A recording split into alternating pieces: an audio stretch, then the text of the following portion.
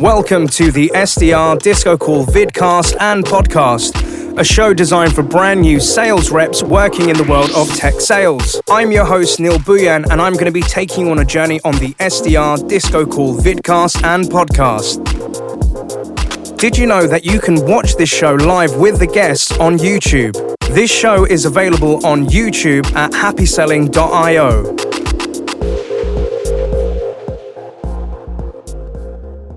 Hello, listeners and watchers and subscribers to the SDR Disco Call Show. We really appreciate you joining, and if you're a returning guest, thank you for joining us again.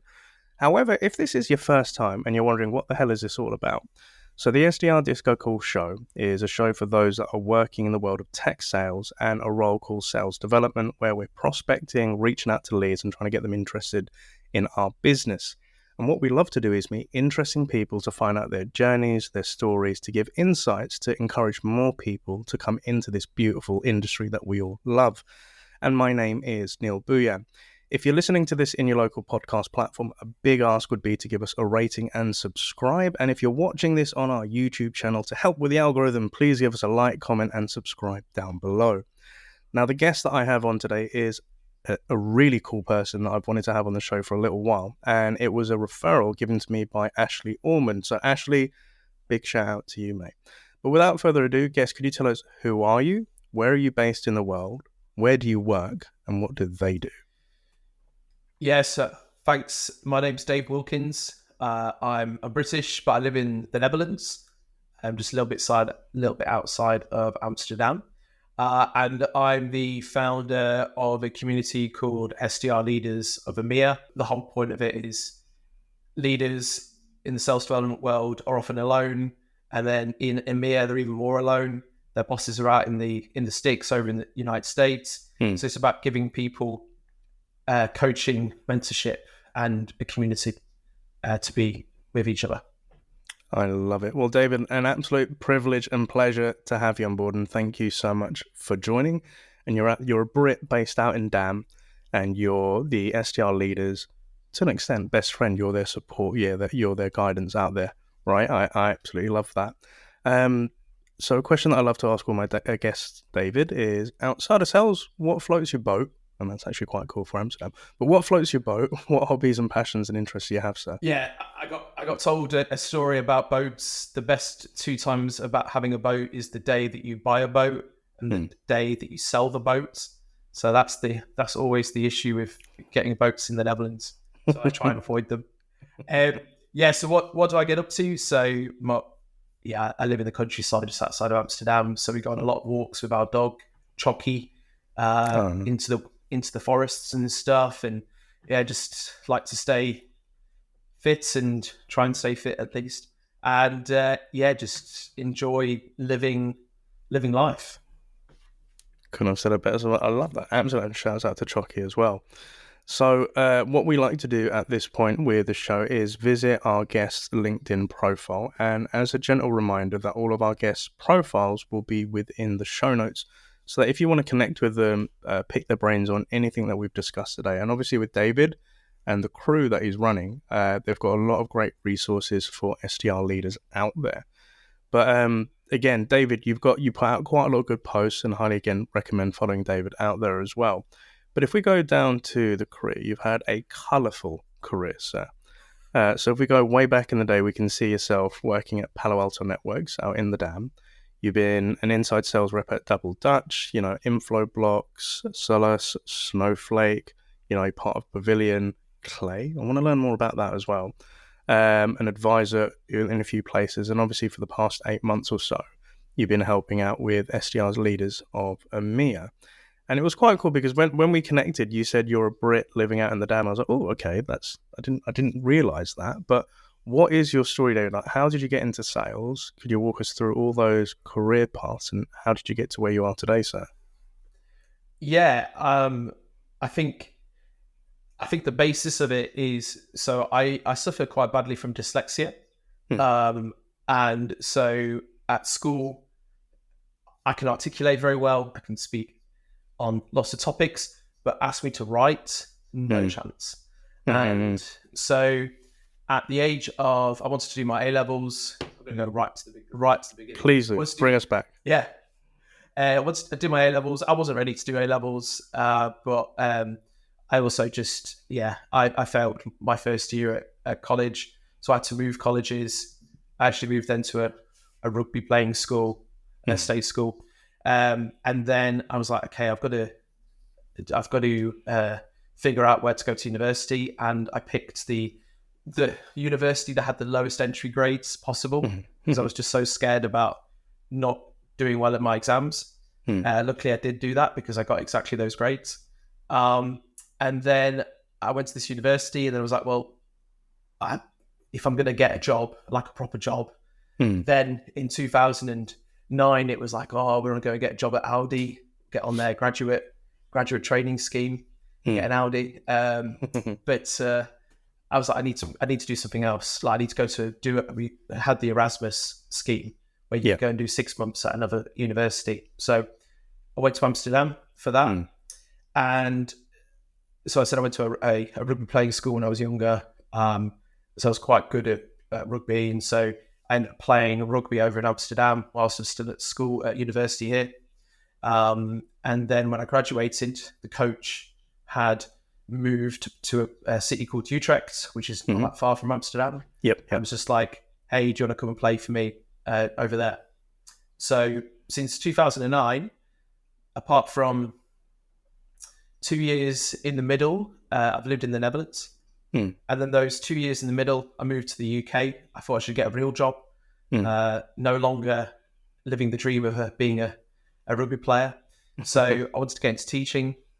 I worked at inner city state school in Leicester. That's where I'm from originally, for a year. That was a really interesting experience. And then I ended up going to work at a private school in the north of England to be a PE teacher and rugby coach. And it was lovely. It was great, but I just loved the Netherlands. So I moved back.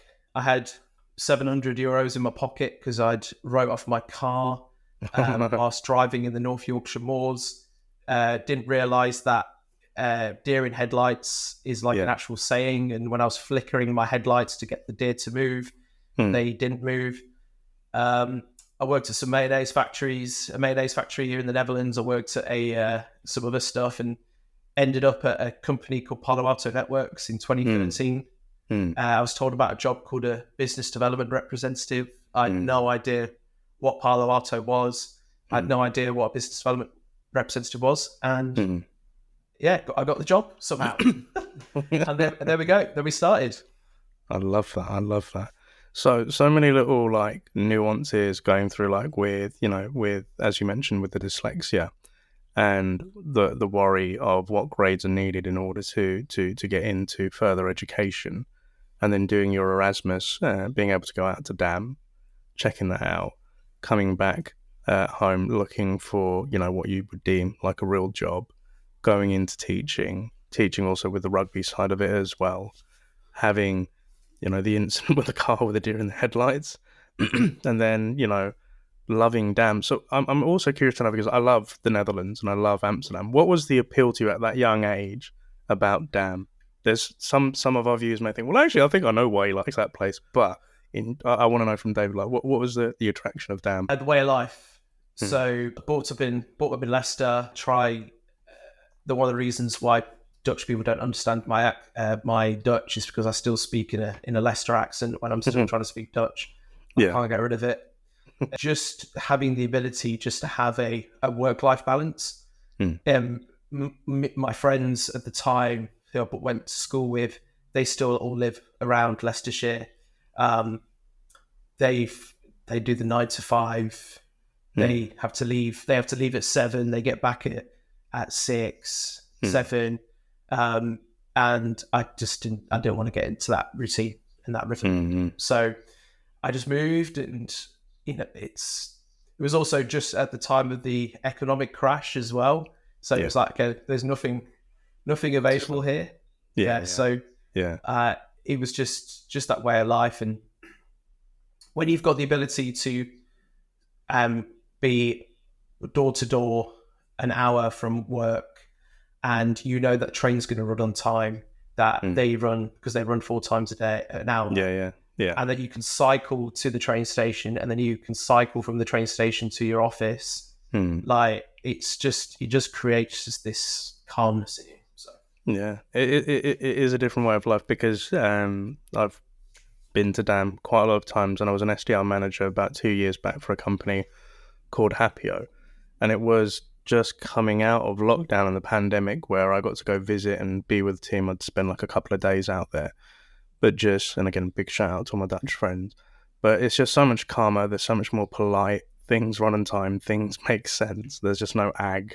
And I can understand it's a different way of life to, like, say, within the UK. And sometimes your friends and family, they don't get that vibe of, when you go to a new place and you're working out there. But, which is, again, love working out in DAM. But then coming back to 2013, joining this tech company, Palo Alto Networks, not knowing what this BDR role is or what this is all about. Because funny enough, it was around the same time, that's when I joined my first tech company, and I didn't know what a enterprise business representative meant and all of that stuff. So tell me, what was going through young David's mind of tech, Palo Alto, and, doing something different? Yeah, so I started at the same time as a mutual acquaintance of ours, Dave Inskip. Yeah. Yeah. So we both started at the same time. Shout out to Dave. And Dave was a lot more mature than I at that stage. He knew what was going on in terms of this world we were entering. I had no clue. I just had no clue. Yeah. I didn't realize that, like, for example, Palo Alto had just gone IPO the year before, that they were the big cybersecurity brand in the world. I was just like, yeah, whatever. It's a job. Whatever. Yeah. And, like, for example, they said, "Oh, you're gonna have to go to San Francisco for onboarding." And I was just like, "Yeah, sure, okay, yeah." And then I got my boss at times like, "Dave, why have you not booked your tickets? You have to go like in 2 weeks." And I was like, "Oh, it's real, and you're paying. What's going on?" Yeah. I wasn't really. I did okay. I was not bad at it, but I also got really badly concussed like 3 months after starting. It was like so I was still playing rugby when I came back, but I got really badly concussed. Like, and it was my third one in like 7 weeks. And so I couldn't look at a screen. I couldn't. It was that bad. So I stopped playing rugby then, finally. It's just it was a massive wake up call, and some I do regret not taking better advantage of the situation than I did. Thank you for sharing. And I completely slipped my mind that we both know David Inskip. And it's funny that you said, like, this guy who knew what he was doing, he knew the whole world. I felt exactly the same way with David when I joined Showpad, because we joined at that company in 2015 at the same time. And I was on the cusp of wanting to become an account executive, but I wasn't too sure. But David knew what the hell he wanted. He knew how, and he was very well spoken, very articulate. And I used to look up to him in his beard and think, like, that's a man. But yeah, no, I love that. But, coming to this thing of, Palo Alto and not knowing that it just IPO'd, it was this big cybersecurity, like, tech company. And then your manager saying, like, Dave, 2 weeks, you need to go out to the US. Come on, let's pick up. I think where I had a similar experience. My manager was Kat, and she said, "We're booking you tickets to San Francisco." I was like, "What?" And we're going to fly you out there. And it wasn't until, and I've said this on the show before, that I arrived at San Francisco and my manager had booked me a car, like a rent-a-car from Hertz. And I'd only realised when I got off the plane, wait a minute, they drive on the other side of the road and the steering wheel's on the other side. And I got onto the 101 and I was stuck on the 101 freeway for 2 hours because I didn't know how to come off. And then I finally made it to my hotel. I remember driving to Redwood City's office the following morning. Yeah. And I got there really early because I'm still on UK time zone on my sleep. But I got there for about 7 a.m. when it was about an 8:30 start. But I remember sitting in the car and looking at the office and thinking, I'm in Silicon Valley and I'm in California. this is probably going to all end in a couple of weeks. They're going to fire me and realize I'm not the real Neil Bhuiyan for this tech company. I don't know. But were there any sort of doubts or worries of like, this is all just going to pop in a bubble, it's a dream, and it's just not going to work out? I don't know. How did you feel back then? Oh, I still feel like that way now. Yeah. Like, it's like, when are we going to get found out? But, Yeah. And now it's like I'm now at the point in my career where it's like, okay, I think we're good. I think you actually are now. You've got some evidence to back up your claims. Yeah. I felt really uncomfortable in every single role that I had.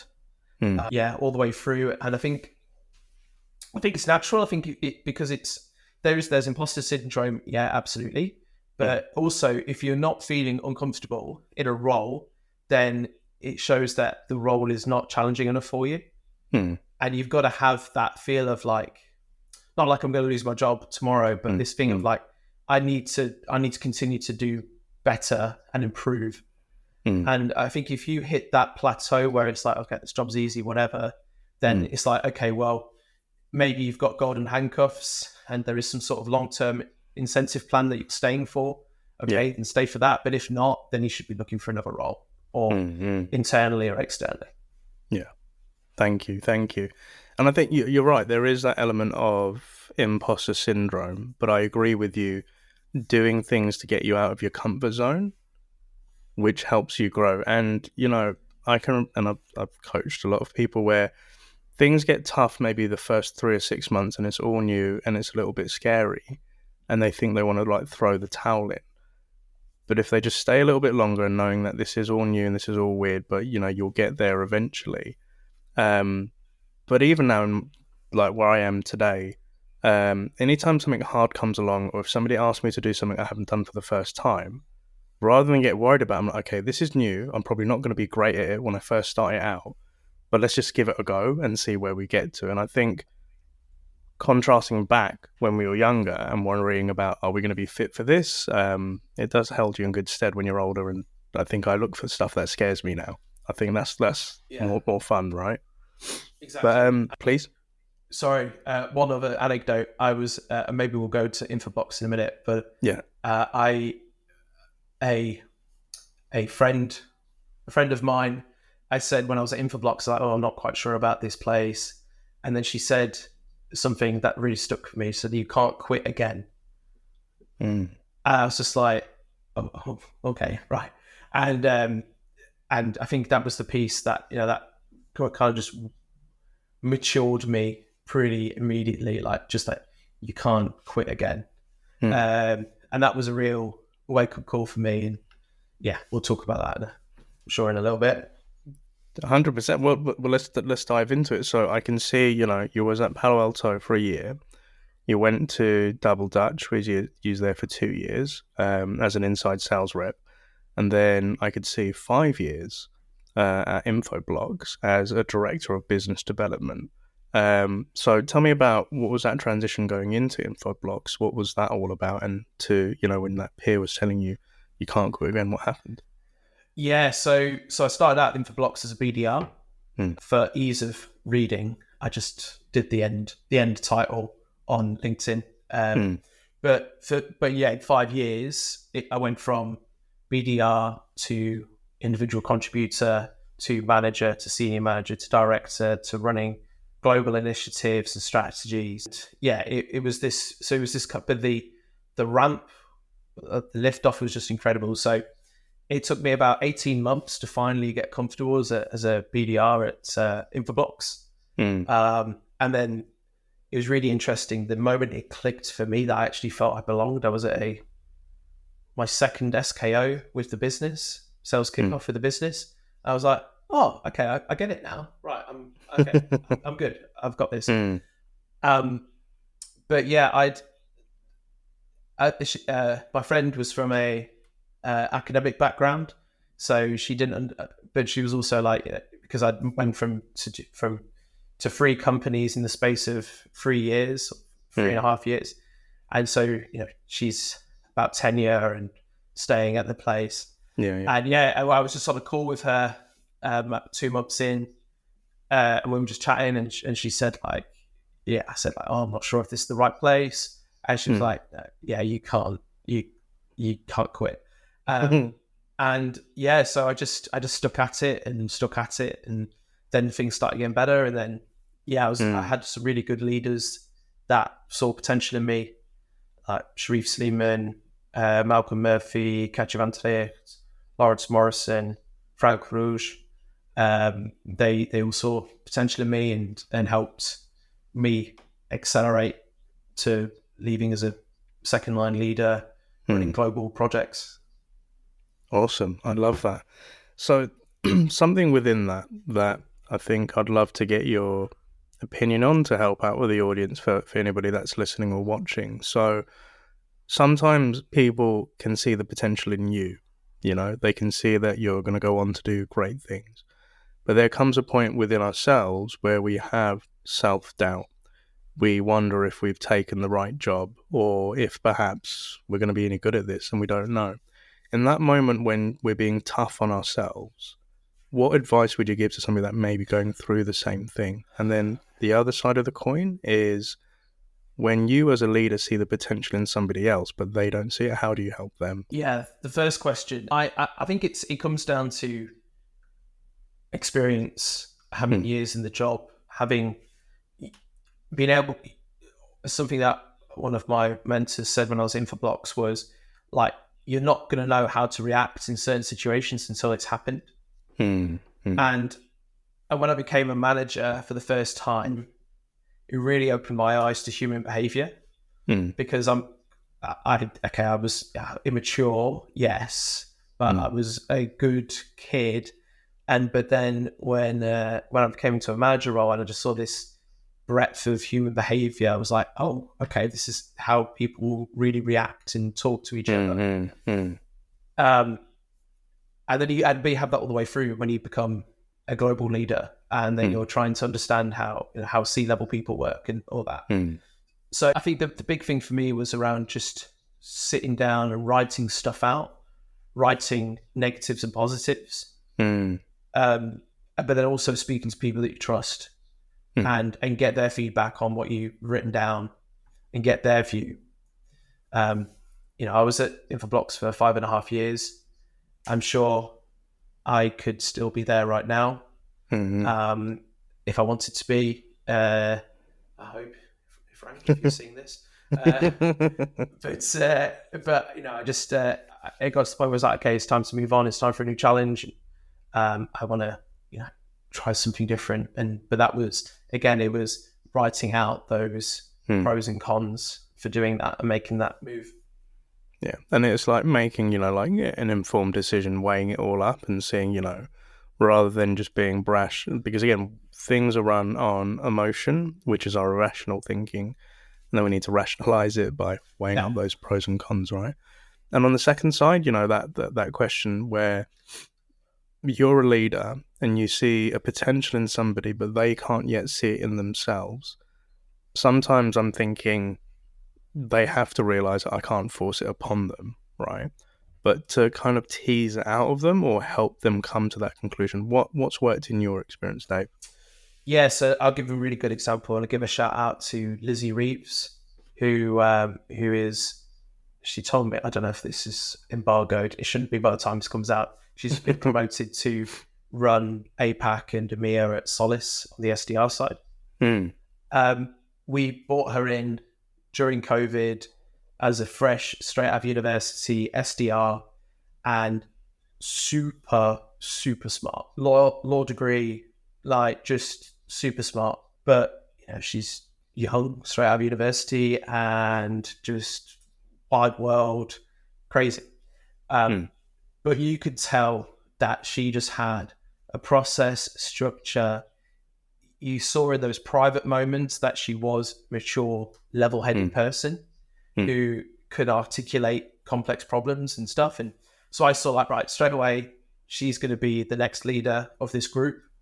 And, I'm really proud of her to see how she's grown over the last 3+ years now, to be running 2 GOs for a company. How the maturity in her, I've said this to her to her face as well. So this isn't coming as a surprise to her, but it's very tough as a British person to give people this honest how I really feel about someone. But it was like, but again with her, a lot of self-doubt, a lot of I'm not sure this is what I want to do, this is where I want to be, this is too much. But it was just like, okay, let's take the emotion out of it and let's start talking about what your end goal is and what you need to be doing. Yeah, that's something I'm really proud of. I love that. And, like with, being a leader and having reps where they do self-doubt themselves, I think part of me initially thinks I've been there, so I know what that feels like and I know what you're thinking as well. And then, helping them have the conversation of, okay, what are you worried about this? And, okay, what's worst case scenario that could happen if it doesn't work and all of those things. But, you're still here, you still have a role. And the other thing that I realized as a coach the other week, which kind of surprised me, was there's a leader that I've been coaching for over a year and they're thinking about maybe transitioning into a different path altogether. So out of leadership, right, going into an individual contributor role. And I initially, they said, you've done that, Neil. What was your experience like? I just want to hear your story. And I told them the story and we went through it. And then I told them the honest realities of like, look, if you really want to make a good wedge of cash, an individual contributor role is great. But if you get happiness from helping other people grow and becoming rich, then leadership's a really good place. But do know that you may earn less as a leader than you may do as an individual contributor. And at the end of the conversation, they just said, I needed to hear that. I just needed the permission to be, okay, I can go for it. And when I said, what do you mean permission? I said, I just needed to hear it from you. And I was like, you don't need my permission to go do that. She said, no, it's not so much the permission, but I just needed to soundboard it out with you. But it kind of struck a chord in me that sometimes as leaders, your reps may look up to your words or, take it with a lot of weight. So I think as a former leader, sometimes you have to be mindful of how you speak to your reps, right? But any tips for having conversations with your reps when you're building them up or, when you're speaking to leaders, David, because, that's what you guys are doing at the minute. Yeah. Like, how do you help those leaders come to those conclusions or make sure that they feel they're doing it from their place? Yeah, really good question. So the mentor of mine, Malcolm Murphy, he used to do this really something that I thought was really annoying. He used to get really frustrated where if I asked him a question, he would ask me a question back, and then I'd give him the answer, and then he would give me another question, and then I'd be like, "Come on, Malcolm, come on." But I got it in the end. It took a while, but I got it in the end where it was like he wanted me to go through the flow of. Like he knew I knew the answer, but he wanted me to think about it in a more deliberate way.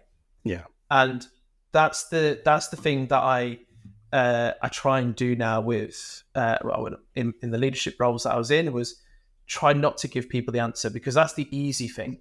Come to the Oracle Dave; he will give wisdom and give you the answer, and then they don't grow, and then people wonder why I'm not growing and developing. And so it's trying to give people. Do that way and getting them to answer the question.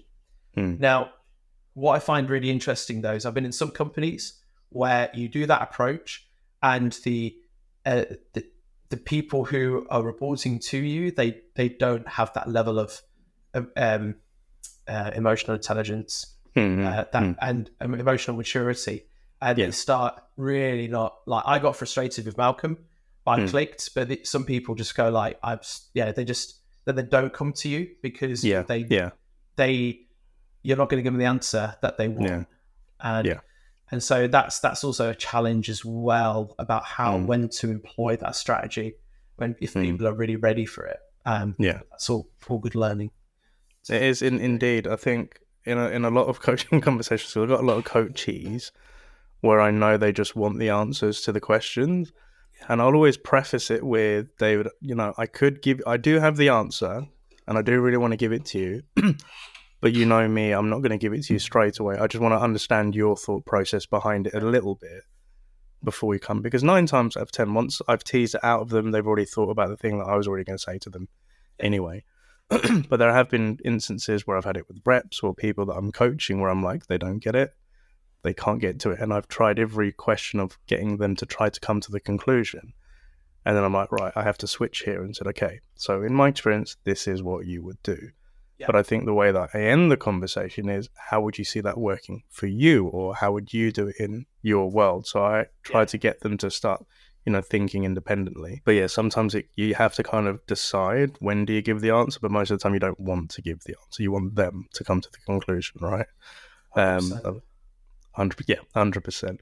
So with looking back on here, so you've worked at, like you mentioned, some places like Solace, Snowflake. What was it like at Snowflake? Because they're a big org and they were a big name as well. What was it like being, director of sales development EMEA there? Yeah, insane. It was like, so I was a global leader at Solace, and then when Lars Nielsen, who was VP of sales development at Snowflake, he's the man in Silicon Valley around sales development. He comes calling, you've got to go under that learning tree. So it was really interesting to be at it would have been similar to if I was at Palo. Like it was that kind of environment, but now actually responsible for 7 or 8 managers and 60 SDRs reporting underneath me, and then have dotted lines with SDR operations and SDR enablement. It was just this whole business unit, just bigger than maybe some other just sales organizations. And it was great. It was really that kind of, I class it as kind of like that finishing school where you are in a huge enterprise organization where you're seeing the stock tracker, you're seeing what's going on there, but then also how that you're playing a real critical piece of how to build this business and continue to scale this business post IPO. So it was, I love that. Thank you so much for sharing. So what I want to come into now is understanding a little bit more about SDR Leaders of EMEA, David. Like, what was the thought process? What was the journey? And then after that, would love to dive into like what you guys currently are doing to help out the other SDR leaders. So what's the story, David? Yeah, so it was so in the Netherlands, they say that during New Year's Eve, they have this huge thing about fireworks. So if you're a Dutch person, you're saving money from now on, from August until December, so you can buy massive fireworks. Yeah. And in some villages, in some towns, they have firework bans because emergency services are like, it goes crazy. Yeah. It's really crazy. So my village, they said we had a fireworks ban. And I was like, yeah, sure, believe that. It didn't happen because I was sleeping on my couch holding my dog who was just in the fetal position for hours. But I was like, I'm going to take him for a walk before it gets really crazy. And so I'm just walking up a hill, the only hill in the village, because we obviously everything's flat here. And I was like, that's the problem. If you're an SDR leader in EMEA, you don't have anybody to talk to. You might have a peer, like another manager that you work with, but very unlikely. You're going to be alone on this island of EMEA. Your boss is going to be in the States and they're going to be West Coast. You're going to have sales and marketing who are trying to drive their agendas. And then you're going to have SDRs that you just don't know how to deal with because you're normally a new first-time leader. And so I was like, okay, well, why don't I just set up a community just to see what happens? And I thought if I get 150 people in a year, then great, we're golden, and that's great, and people can collaborate. And then I ended up getting like 100 people in a week, less than a week. Jeez. In LinkedIn, a LinkedIn group. LinkedIn is really unhelpful, and I hope you hear this, LinkedIn, because you're really inflexible. So I put the group as public by accident, and I wanted it to go private so we could have real conversations. They were like, no, not possible. It's not possible. And I'm just like, okay, bro, I'll go to Slack. No problem. So I moved straight over to Slack, and now we're at we've got 2 and a bit thousand members in our company, in our community in LinkedIn, and then we've got about 700 odd in our Slack group. And in our Slack group, that's where all the action is. It's like we have a really engaging, busy group. I think the big things about Slack groups is that everybody joins them and there's nothing happens. Yeah. And this one, the way I say it is I never have to start conversations, because there's always comments on, what about this tech, or we're looking to do hiring here, and then we have a really big jobs board where people are looking for managers, directors, also SDRs, and people putting CVs in. So it's a really buzzing place. We've got virtual events that we run. We like bi-weekly, fortnightly, or every month. So there's a lot of kind of sessions that we do on LinkedIn within our community. Yeah. And just sharing it for all the listeners to watch. So again, ladies and gents, I will be putting the links into the show notes, so you can just definitely check it out. But yeah, like you said, virtual events, like you're networking with each other, you're doing a lot of things together, and you're bringing this community together there, right, Dave? 100%. And that's the big thing. The in-person events is our big thing that we're really wanting to drive, because since COVID, there hasn't that real in-person networking kind of died away. And so it's like, right, let's set this up again. Let's get leaders together. So we had a real successful one in Amsterdam and London in June, and we're back off on the road in October trying to meet as many leaders as possible. And again, I'll be definitely putting in links for these events to check it out. But it's cool to see that, as you said, being that island, not having that support as a first-time leader, also working with your SDRs, and again, if your management's out in the US on the West Coast, you feel isolated, right? And connecting these people, because there are a lot of great minds. Like I've met a lot of great SDR leaders and SDRs, where collectively they can help out. Because here's the funny thing that I found, Dave. If we go back to Palo Alto 2013, and when I was at Zora 2012, 2013, a lot of us never spoke to our equals on LinkedIn. We just didn't do it. Like, I wouldn't talk to other SDRs in another tech company, or I wouldn't speak to another SDR. I don't know what it was. It wasn't ingrained in us to connect and network as much as we do. But what I'm really happy to see is things such as SDR Leaders of EMEA, where it's a normal thing nowadays. So where I see reps from Cognizant talking to somebody maybe from Zoom Info, or you go to one of these networking events, because I think I was a little dubious and I said this to James Ski once, I was a little dubious about these networking events, because I don't like getting too cliquey with the same people all the time. I want to kind of always change it up and everything. Yeah. But can you think any reason why we didn't do it as much back then as we do now? I think it's tribalism. I think it was our box is the best box. Yeah. And I think and I don't know where that came from. I think it was maybe just that kind of the marketing spiel at the time about how we were trying to be the best, number one. Yeah. And I think there's a little bit of that. I also think as well, it just wasn't. I think COVID did a lot in terms of putting the barriers up with people, and so you and I would be in the office 5 times a week, always there, always just chatting to people, learning from one another, and then COVID put this block straight away. Yeah. And so we'll never go back to 5 days a week, but it's going to be hybrid. But the other piece as well is that kind of in-office piece, it gives you that kind of social osmosis where you're connecting and engaging with people, and if that disappeared. And so I think the rise in communities as well, as people going, actually, I do miss talking to people. I do miss interacting with people. I want to meet people.